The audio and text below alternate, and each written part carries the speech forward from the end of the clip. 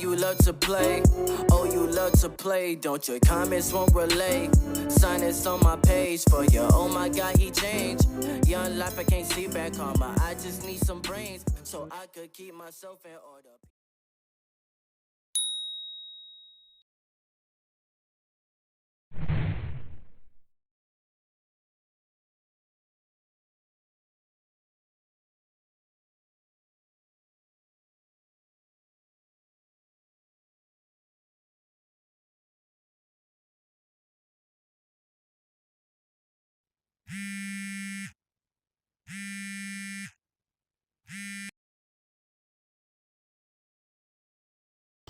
He got problems, she got problems, only I got 411 problems. Hey, hi, what's up, y'all? It's time for another story time, and welcome back to Tyler the Villain series. Time Wanderer. I always have to think about the name that he gave me. I don't know.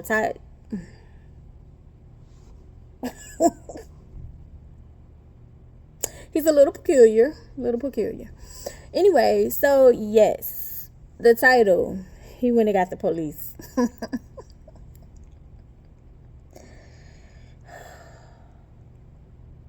When I tell people Tyler was trying to take me out and allow me on the side, real life, real talk, I truly believe that.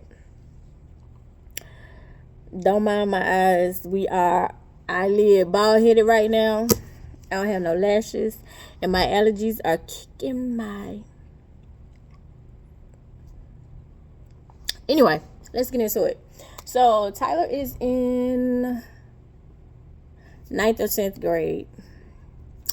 But Tyler has been battling, let me say, Truth be told, I honestly don't believe that Tyler didn't really start battling depression really bad until after my mom got sick. Because he was fine. But once my mom got sick and said a certain statement to him, which let us know that she's really sick, I think that's when his depression really kicked in. So yeah, he's been battling. So that would be, I think,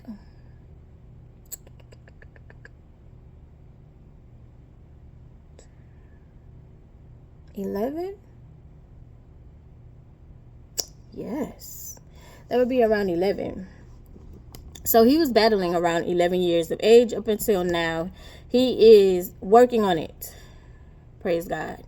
It's a day-to-day situation.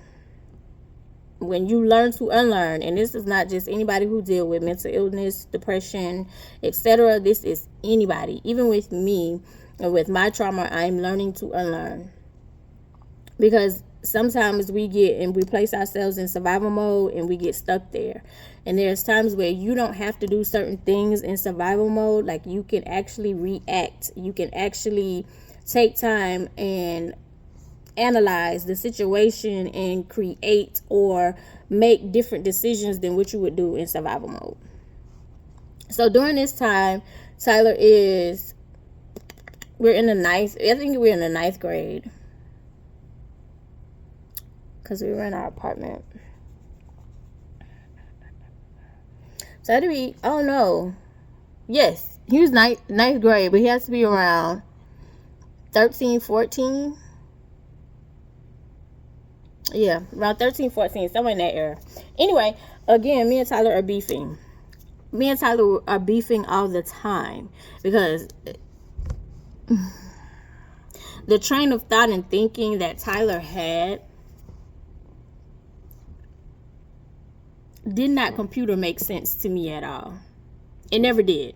Because Tyler would assume the response or assume an ending before it happened, or never even asking a question. Like, he can have a question. For example, he can have a question. He won't ask you. He'll assume what you're going to answer and go off that. And a lot of times he would make, as I said before, he would make small things into this huge thing that it really didn't need to be. Like you would put more on it and it didn't make sense. But most of the time we were beefing because you were skipping class, you was late for curfew, you was getting in trouble, you was disrespectful to the teacher, you was wearing your headphones, you was wearing your gloves. They didn't want the gloves on. It was just, you was lying about wrestling. And it got to the point where I was telling him, I was like, listen, you got it. You have to pay attention to the common denominator here. This is not just happening at one school. This has happened at every school you have attended in different counties, different teachers, and all the teachers are saying the same thing. Now, granted, it could be they read your file and played off that, because I told you everything that you do in a school, it goes into your file. When you're a bad kid, when they're making you move around, like the bad overpowers the good, to be totally honest. You very, very seldom will have teachers who look past that and can say like, okay, hey, it's something going on, or hey, it's something more to it, or this person is a good kid. They just need a little more work, if that makes sense. So yeah, so it was like very rare you had that, but every school you go to, you're getting the same result. So it's like, sometimes you're gonna have to look at yourself and be like, I'm the problem. It's me. It's me. Because even with me, and it's like, okay, it's got to be something about me where all these people are turning on me and treat me like shit. I ain't got to fuck with you no more, but it's got to be something about me that's making you do it. Especially if I'm not doing anything to you. Now, if I did something to you, you have every right to come at me. But if I ain't doing nothing to you and you just shitting on me, it's something about me that make you want to shit on me, but I'm not going to be around repeatedly for you to continue doing it, if that makes sense. Anyway, so we're beefing because you're not going to class. You're not doing your work. The phone is going off every day. Your child is not in class. Your child is considered absent. Your child has detention. Your child is disrespectful. Your child is suspended. It was just repeated. It was repeated so much to the fact that I can mimic the system.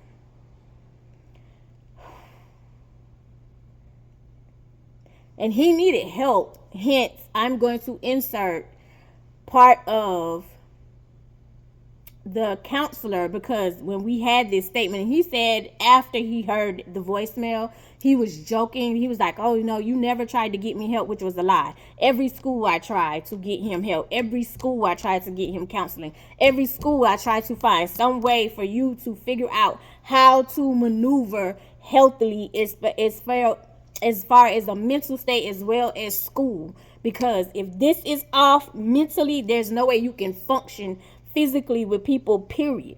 So I try everywhere because I want you to succeed, because I want you to be able to live on your own by yourself. And even if that's not possible, because in this day and age, truth be told, shit is high. Shit is high. So if you still live with your mom, and I done said this before, by all means do what works for your family. Because baby, people who out here paying $2,500 and $3,500 rent just to prove that they was grown ain't ate in like 6 days. Sorry. 2. They drinking water. They on a fast. And that's what they telling you. Girl, you losing weight. Boy, you losing weight. You look good. I'm intermittent fasting. No, they hungry. Because shit is high. And you try, instead of you saying, let me just go back home, you trying to be big baller because you want to live in luxury. Okay. All right. Anyway. So, yeah. It's like, I'm going to insert that. In suspending kids. So my goal is to get you on the right track. So I'm going to, probably against what other people might say is the wiser thing, I'm going to give you a lighter consequence for this, and I'm just going to give you 1 day of detention after school. I said, but next time we have another issue like this, it's going to be the 3rd time I've seen you, we're probably going to have to start doing suspensions and putting you in school for a day or something. So let's not have to go there, and this will give you an opportunity to keep the ball in your court and make good decisions. So I asked him what day next week would be good for detention. We do it after school, 3 days a week from 2:30 to 4:30. And he said Thursday would work for him. So he'll have detention next Thursday after school from 2:30 to 4:30. And tell him, like I told you, anything we can do to kind of help him stay on the right tracks in the right direction. direction and support you folks, please let us know, okay? Thank you so much for your support. Have a good afternoon. Bye-bye. Look at all these goddamn messages, y'all. Y'all don't look at all these messages. You see, when I tell y'all, Tyler has run me motherfucking ragged. Motherfucking ragged. Y'all, like, I need a check for dealing with Tyler.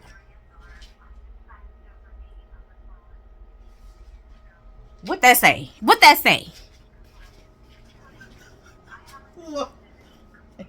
I'm sorry. What that say?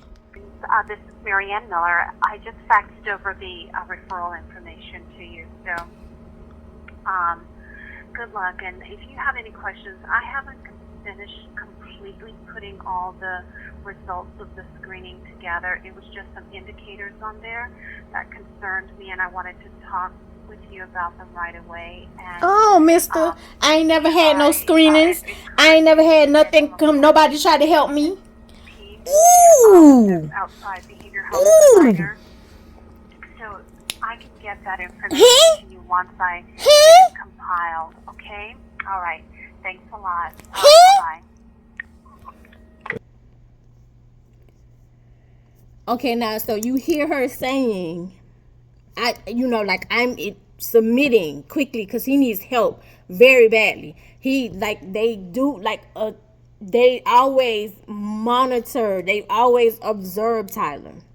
Anyway, Tyler's thing was authority. Like, you just felt like people telling you what to do and people saying, hey, you should do this. Hey, you should go here. Hey, you need to go here. That was just, you just did not want to hear that. And it was like, I just don't feel like school is where I need to be. I hate school. Truth be told, I didn't like school, but you got to be smart and look beyond what you see. I knew I needed to finish school to get to a certain point. So, let me get out of here. Let me finish school. I'm not repeating years and grades. Let me get out of here. I need to make more money. What do I need to do? I don't want to do college. I did a year of college. College really wasn't for me. Okay, I could do a trade. Because I don't want to write papers, even though still end up writing papers. It wasn't as bad as college. Not going to say that. Not even going to front. College papers and trade school, book work is totally different. So, not even going to front. When I got a trade. Trade, you will make more money. 9 times out of 10, sometimes in a college degree. I'm not even going to front with that. Don't sleep on it. You good with your hands and you a mechanic and you can catch on to something quick. I'd rather sell trees than actually go get something. The whole fact that you business minded. And at the point in time, during this time, when I wanted Tyler to go to school and get a trade, they were paying for it. All you had to do was go get your GED. Yeah. Anyway, so you're skipping class, all this other stuff, as usual. This particular time, you were having a good week, I would say, to about Wednesday. I think this might have been on Wednesday or Thursday. And so you decided to walk to your homegirl house. So you walked to your homegirl house. You knew your curfew was 6 o'clock. The homegirl house walking is an hour and a half, maybe 2 hours. So to time that, you get out of school at 3. Well, maybe like 1:30. So you get out of school at 1:30. By the time the bus get there, it's 2 o'clock, 2:15. Your curfew is 6 o'clock.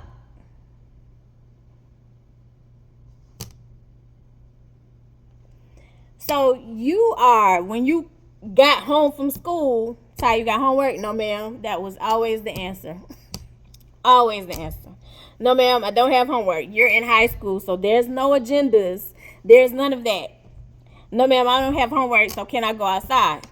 I don't care. I didn't get no phone calls. Like I said, this was a good week. We're at Wednesday. I'm not getting no phone calls, no nothing. Yeah, go outside. Just be back at 6 o'clock. That's your curfew. Yes, ma'am. So I'm thinking in my mind, I'm thinking you you know what I'm saying? Like, you in the neighborhood, because the neighborhood was full of kids. So why would I think like you are far away, 2.5 hours, or well, an hour and a half away, 2 hours, at somebody else's house? Why would I think that? But that was your decision. That was your decision. That was your thinking skills. Okay, yeah, I'm gonna go to my homegirl house. So you went to your homegirl house, and I'm not even gonna front. Ty is a speed walker. He can get to a certain point and come back, and you be like, you just left. Like, literally, he's a speed walker. So you may have gotten to her house at a decent time, but lo and behold, she's cooking, so she wants you to stay for dinner. You got to be home at 6. You're just starting to cook. So you call me with, hey, Ma, can I have 30 minutes extra? Because my homegirl is cooking dinner and she want me to stay for dinner. And it's going to take me an hour and a half to walk back. At the time that you're calling me, it's 6:15.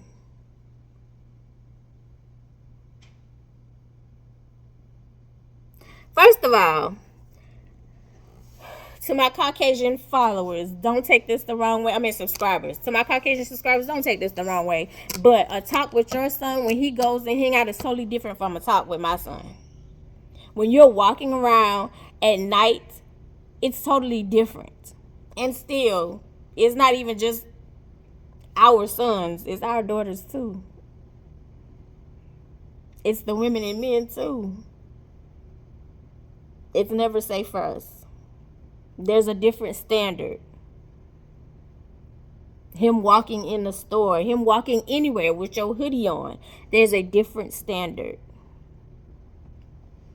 So it's like, you need to get in the house because it's at a certain time. You should have been here. It's 6:15 already. It's already getting dark. You knew what you was doing. No, like, she just started to cook and I had fell asleep. So, is it okay for me to say, Tyler? No. You have school tomorrow. You don't like to get up because you don't like to go. So you don't like to get up. It's a fight to get you up. You're sitting in the bathroom for an hour, 2 hours. You're letting the water run and you're not even taking showers. You're just letting the water run. So I have $100 and $150 water bills because you're letting the shower run for an hour and you come back out with the same clothes on, or you come back out musty.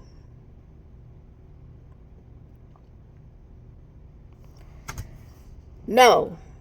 Get here. You were supposed to be in here. What? I don't understand. Nothing's going to happen to me. Mind you, you were singing this before you got hit by the car. Check out that story time. Before you got hit by the car, you singing it. Nothing's going to happen to me. You worry too much. You are already late for curfew. Don't come here. This has been a repeated action. You could be outside and not come in. When we lived in the condo, this was around Father's Day weekend. We were in the condo. You were late for curfew. At this point in time, my little was still, was talking to him and was like, bro, what's the issue? You know what I'm saying? It's not, this was even after Trayvon Martin, when wearing a hoodie was dangerous. My little was talking to him and was telling him, bro, you can't be out, at dark. Your curfew was 6 o'clock. You would come in 9, 10 o'clock. And I would reenact for you. Because you had a watch. Dollar Tree at the time, everything was $1. I got a watch for you from Dollar Tree so you can see what time it is so you can make it home curfew. The watch broke. The watch doesn't work. I lost it. It got stolen. It was every time you turn around. Even my little was like, okay, so you need a watch. I'm going to buy you a watch. It was every excuse why you couldn't make it home from curfew. Matter of fact, my cousin Amber was sitting at the table along with the roommate from hell. And I was like, they was looking at their time. They was like, Angel Tyler late. And I was like, I know. And I said, oh, and this is what he's going to do. Reenact it, word for word. I said, time he opens the door, he's going to go into breathing hard. Oh, man. I ran all the way here. I tried to get here. I kept asking my friends what time it was, and nobody wanted to tell me what time it was, or nobody knew what time it was. I don't know what happened to my watch. I think I lost it. I think I broke it.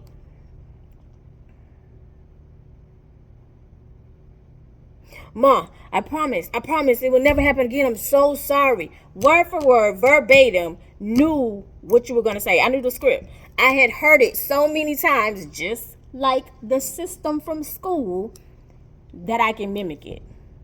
So when you came in and did exactly what I just did minutes prior, they were laughing.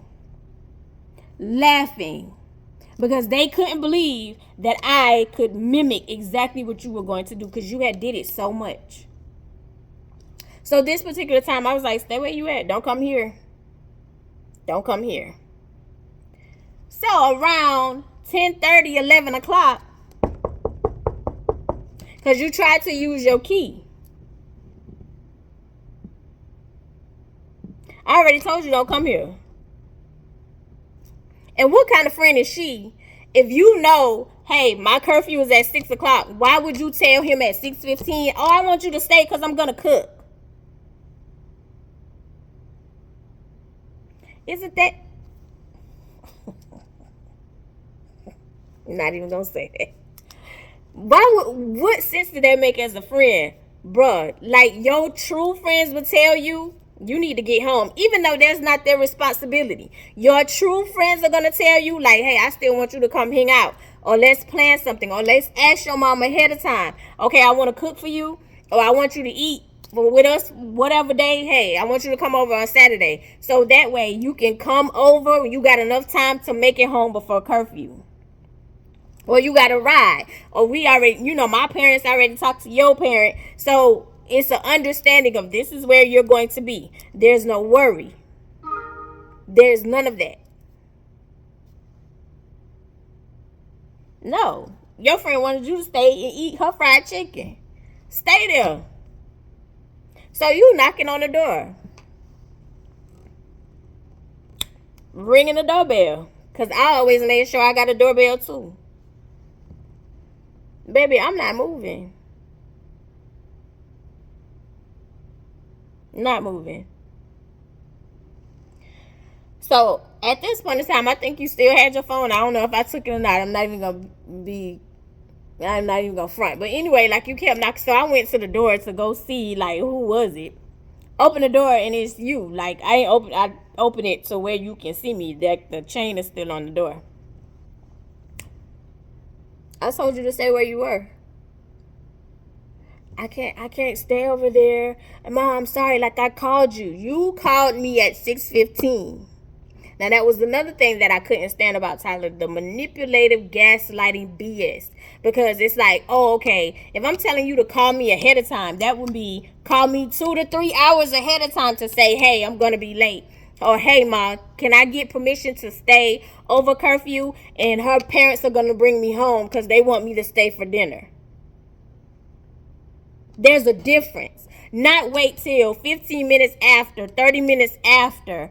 Oh, I called you and asked for permission, but you said no. And then even when I said no, you still stay.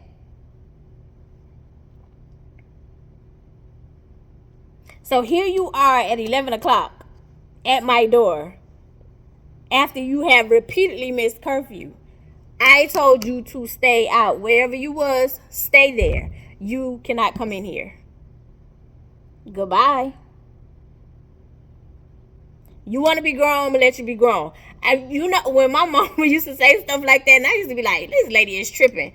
Baby, when I tell you, y'all be like, oh, I can't wait till I get my own place.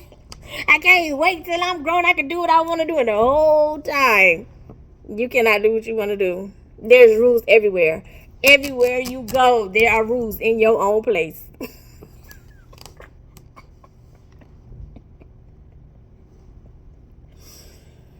Shit.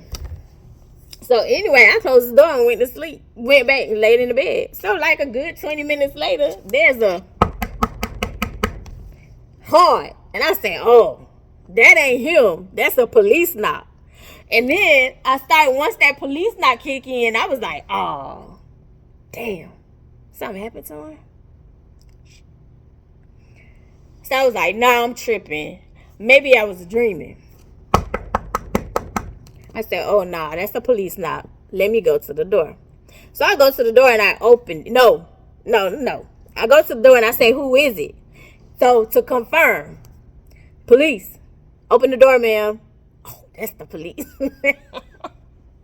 That's the police. You know, they got a distinctive tone, a distinctive, like it's like a script.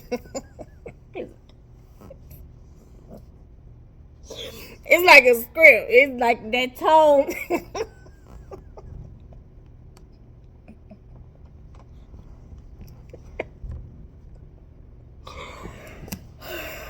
You can tell like it's the police.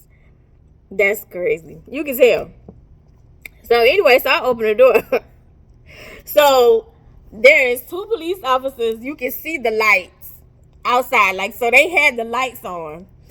So you can see the light. You can see the lights from my front door. Like the way it was set up. How can I say it? Yeah, because it was like the person.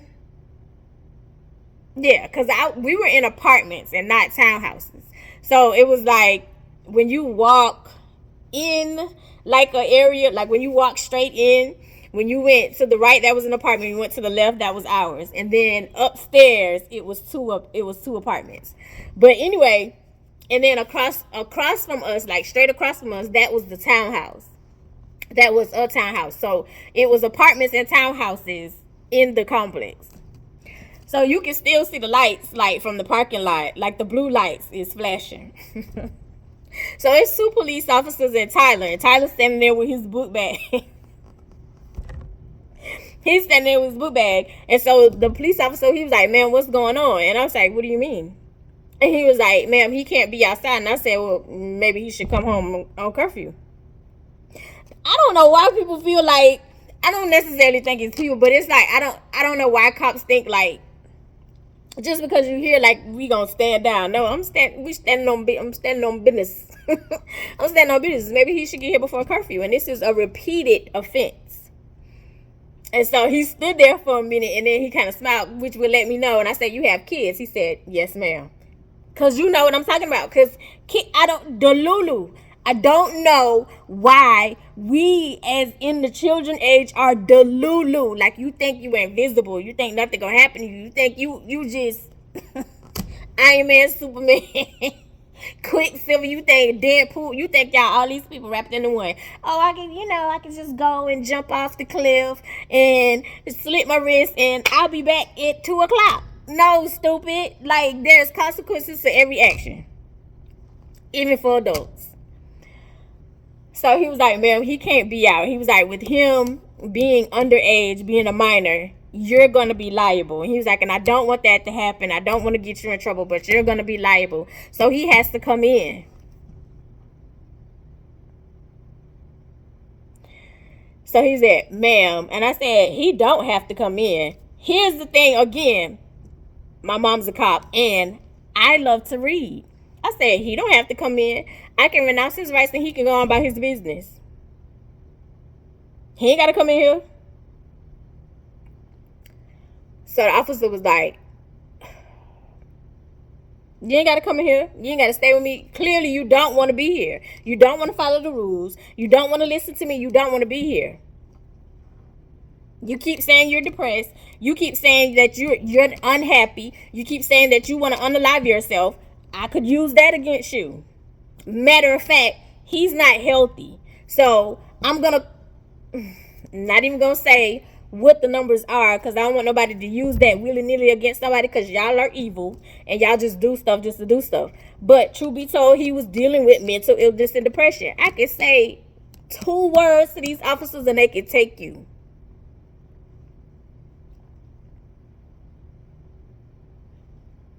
Because I feel like he's a danger to himself.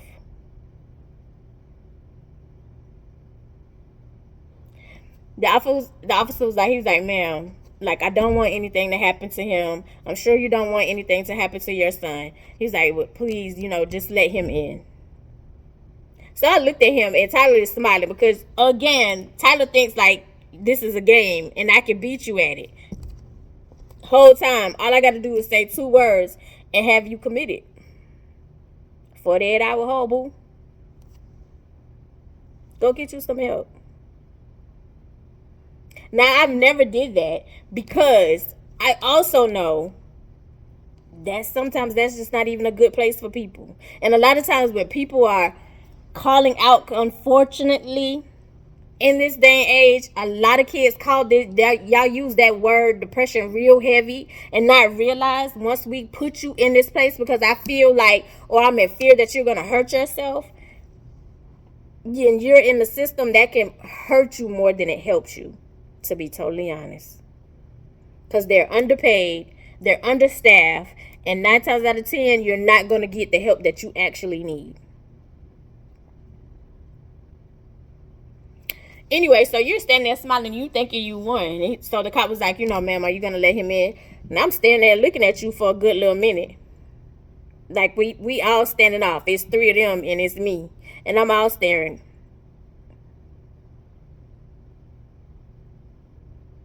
The officer said, ma'am, maybe like 2 minutes. Ma'am, please. So Tyler, once you realize, like, this heifer not standing down. Mom, please. Please. I'm sorry. Please. Who you think you trying to outsmart here? And that's the thing with people. It's like, not everybody, but people always feel like you think you can outsmart somebody who don't show their hand. I always say, be careful. Don't underestimate the power of your opponent because you don't know. You don't know the mindset of another person. You don't know what they know. Chill out. Chillax. Relax. Relax. Anyway, so I finally, moved to the side and opened the door. So the officer was like, ooh, thank you so much. He was like, we got to keep our kids safe. And I said, I can try to keep my kids safe. I said, but if you follow the rules, you'll be even safer. So the officer was like, I totally agree. And so he was like, you have a good night, ma'am. So they left and you walked in. And so Ty is looking at me and staring at me because your mama crazy. Your mama crazy. So you staring and looking at me like she gonna hit me, she gonna walk up on me, she gonna do something. Nope. That fear is doing enough. It's doing enough. But you knew what you was doing. So you come with, honestly, like I said, Ty, you called at 6:15 and it's best for you to be quiet because I don't want you in here. This is not the first time. This is something that's repeated and I'm tired. And this is when the tiredness is starting because you playing in my face. And I know you playing in my face. I'm your mama. I know you playing in my face. I know you can do so much better than this. And this BS that you giving me because you pissed off with somebody else, I'm sick of it. So why don't you go over there and give the person that you pissed off with the bullshit that you giving me. Tired. Over it. In a coma. So kids, I don't think realize like the more you do damage to a person that don't even deserve it, that hasn't done anything to you, the more you lose that person. And there's no guarantee that you're going to get it back. And that's not even just kids. That's anybody. That's anybody. When you do something bad to somebody who has done absolutely nothing to you except be trying to be good to you, and you lose them and you come with, oh, I'm sorry, and can I get another chance? You're not obligated to get another chance. I'm not obligated to fuck with you. I'm not. Anyway, so he was like, no, I promise, I'm going to do better. Heard that a lot too. To the point where it doesn't even resonate anymore. That's a lot of things. I'm not going to hurt you again. I'm sorry. Okay. When I'm saying okay repeatedly, baby, your words mean nothing to me. Nothing. Because your actions have shown me way better than your words have. So anyway, you go to school. And then you come back the next, like you come the next day. You come home the next day. Well, before you came home the next, did you? Yes, you came home the next day. So I'm walking outside to my car, or we was getting ready to go somewhere. So the neighbor was like, "Hey, little mama, you all right?" When I tell you, in every complex, I don't know people, but people be talking to me. He was like, "Hey, little mama, you all right?" And I was like, "Yeah, I'm good." And he was like, "I saw the police over there yesterday." Nosy. I'm nosy too, so I get it. I get it. So I was like, "Oh yeah." I was like, "Yeah, the police was over there." He was like everything's straight. And I was like, "Oh yeah." He was like in trouble. He wasn't coming home for curfew, so I locked him out. And the only way you was gonna get back in because you brought the police. You brought the police. That was the only way you was getting back in my house. You had done it repeatedly. You thought I was playing. You keep testing me. You're out. So the dude was like, "Oh yeah, that's what he need. That's what he need." He told, "Man, you don't realize it," because the dude was like, "I ain't even got my mama. My mama gone." He was like, "I wish I could talk to my mama." He was like, "I wish I never did anything bad to my mama." He's like, "I'm telling you, respect your mama." He's like, "You got a good mama, man. Make sure your mama's straight." He was like, "I'm telling you, man, it's hard out here." This was before any COVID, before any inflation. We are chilling. And you making it hard. Every which way. Turning me every which way but loose. Cutting into my money. Cutting it. Baby, when I tell you, when we moved into our apartment, Tyler's bed was brand new. Everything in the apartment was brand new. You walked into food, you was eating at 5-star restaurants. My job was catering every day. You was eating from 5-star restaurants that you haven't even stepped foot into. But if your homeboys, if somebody mentioned a restaurant, you be like, "Oh yeah, I had food from there before." "Oh, it's okay." 5-star restaurants. No abuse. But here you are giving me BS. Every which way but loose. Do you hear me? So Tyler was like, he was like, "Mom," he was like, I want to be clear. I did not go to the police. I did not bring the police. I did not bring the police. The police was at my door, sir. No. I was sitting on the bench. Because you have exhausted all other options. So none of your friends was responding, or none of them wanted to let you in.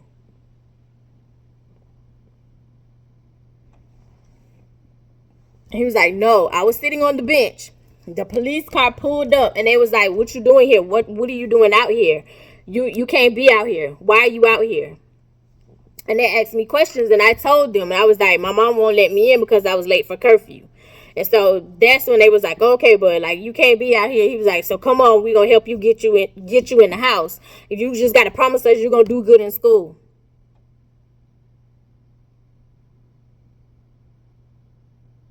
Right. So yeah, that was the story time of He Brought the Police. I love you the mostest because you're definitely the dopest in real life, and I'll see you in the next one. Let me apologize for the volume because y'all, I critique my videos. I go back and look to make sure, like, hey, this is good lighting. They can hear me, and the volume changed by itself. Remember, this is the phone that I dropped in water, so that might be what it is. Sorry. Just turn it up. Bye, y'all.